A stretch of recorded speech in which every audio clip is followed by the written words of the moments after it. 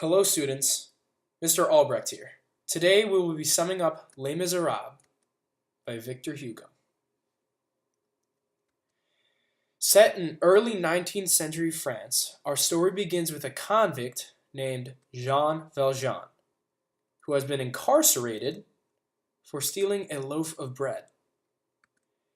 He is antagonized by the ruthless Inspector Javert,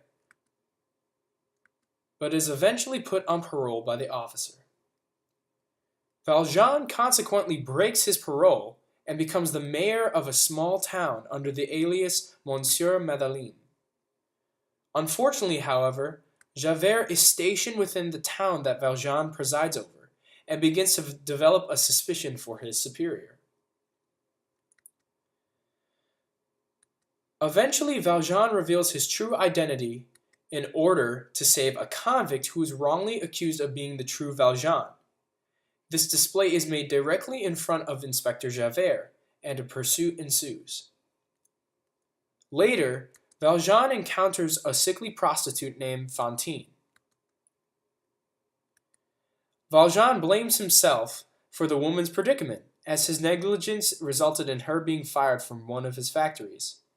Fantine eventually succumbs to death, but not before Valjean promises to take care of her destitute daughter. Javert eventually catches up to Valjean, though the former convict is able to evade the inspector. Valjean eventually finds a man named Thénardier, who is Cosette's, who is Fantine's daughter, caretaker. After a prolonged bargain, Valjean is able to take Cosette. Now it's 1832. Valjean and the now grown and beautiful Cosette are now living in Paris.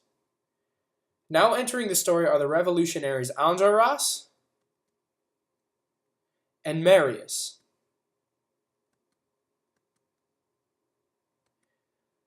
Joining them is Éponine, the daughter of Thénardier, who harbors unreciprocated love for Marius. Marius eventually runs into Cosette, and the pair fall in love.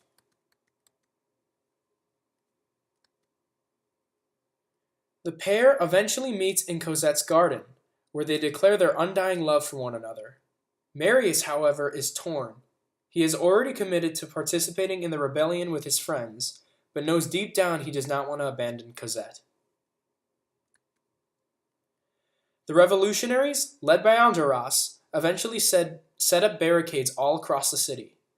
Marius, not wanting to desert his friends, joins the fight, with Éponine trailing behind him.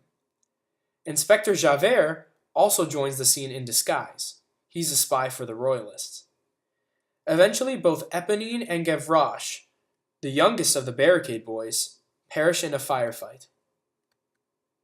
In an act of selfless love, Éponine throws herself in front of a musket to save Marius's life. Eventually, Valjean shows up, wanting to know more about his daughter's elusive lover. In one final firefight, all the barricade boys are shot down one by one, except for Marius. In an act of desperation, Valjean saves the young boy so that his daughter could look upon her lover's face once more.